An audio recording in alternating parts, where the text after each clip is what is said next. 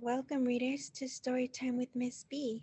Today we're going to share The Most Beautiful Thing by Kao Kalia Yang and pictures by Khoa. We're listening with our eyes, our ears, and our hearts. My grandmother is so old. No one knows how old she is. Not me, not my big sister Da, not our older cousin Lei. My father waits patiently when we try to guess her age. He is my grandma's ninth and youngest child, and even he does not know how old she is. We know that my grandma was born on the other side of the world, across a wide ocean. My grandma came from a time and a place where creatures lurked in the jungles waiting to chase unwary children. She told us that she once looked into the gleaming eyes of a tiger and felt its hot breath on her face. By the time I was born, my grandmother already had an old woman's face. Her skin was soft but dry like paper, and in her mouth was a single tooth. Grandma said, "It is the only thing standing strong in my mouth, this final tooth that my mother and father gave me." I asked to see a picture of her parents. She said, "Minai, they lived in a time long before the Hmong learned of such things as photographs." She pointed to her heart. "The only picture I have of them is here." The luckiest of the grandchildren got to help take care of Grandma. Lei got to wash Grandma's clothes by hand at the bathroom sink with sweet-smelling pink soap. Da got to wash Grandma's soft brown back in the bathtub with the soapy cloth. And me, I got to clip her fingernails and toenails while Grandma sat on her favorite stool in the light from the window. I can still feel the roughness of Grandma's heels in my hand, the thickness of her toenails in between my fingers. I can see the bottoms of her feet, thick and brown and broken, deep cracks filled with dirt from long ago and far away. Grandma told me that her mother and father died when she was a little girl.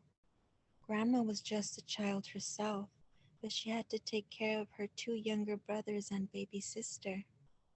I looked up at my grandma from the place where I sat at her feet and I asked her, "How did you get food for them?" Grandma said, "I didn't find enough food. We lived always with hunger eating us on the inside."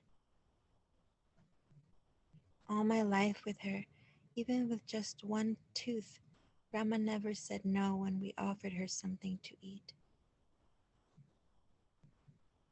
The ice cream truck was singing its song from down the street. I looked underneath the couch for quarters. There were none, so I got ice cubes from the freezer. I offered one to Grandma in my red plastic cup. She smiled at me. When I wanted a new dress to wear on the first day of third grade, my mother said she did not have enough money. She found some nickels and a dime in her purse and offered them to me. I bought hard peppermint candies from the neighborhood grocery at the corner of our block. When I got home, I offered one to Grandma on the palm of my hand. She smiled at me. At the round table with its shaky legs, I used my spoon to mix and mix in the center soup bowl we all shared. There were no pieces of meat, only bones and soft greens.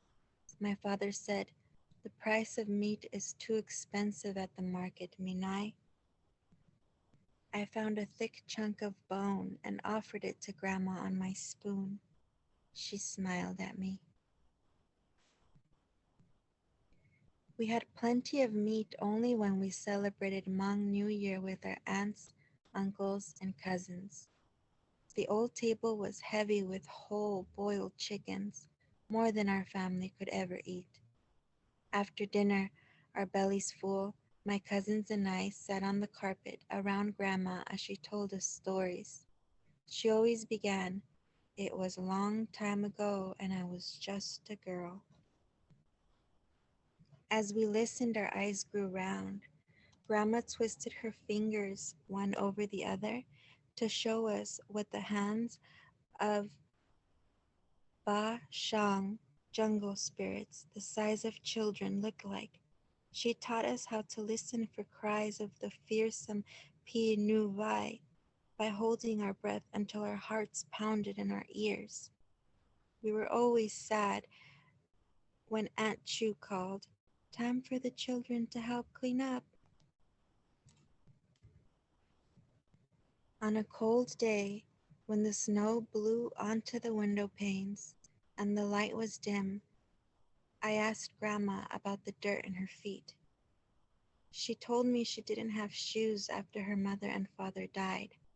She went shoeless to the mountain to tend to the family's field. She ventured into the jungle to look for wild roots, bamboo shoots, and edible mushrooms. And one day she was chased by a tiger, and she fled. Her bare feet broke open on the fallen branches, and she still ran, blood and dirt mixing into clay with each step. I squeezed her feet in my arms and pulled them close to my heart, a hug for the hard road she's walked to get to me. Each year, cutting my grandma's nails went faster because I grew stronger and bigger and more able. Each year, grandma's feet felt smaller and smaller in my hands and on my lap. Her stories, too, slowed with the passing years. The pauses between her words grew long.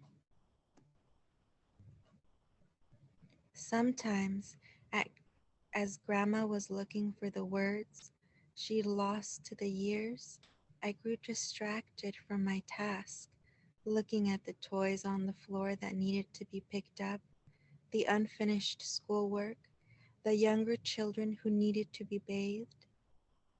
Her deep, even breathing would call me back to the moment, only to find her eyes closed in sleep, one hand braced against the window to cradle her head.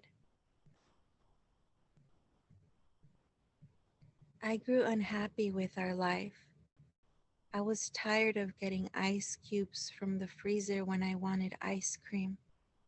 I was tired of never getting the new dress for that first day of school. I was tired of gnawing on the bone in the soup when I wanted meat for myself and my grandma. One evening, I studied my face in the bathroom mirror, wishing my teeth were straight. I came out to the bathroom and said, "Mom and Dad, I want braces. Can I have them?"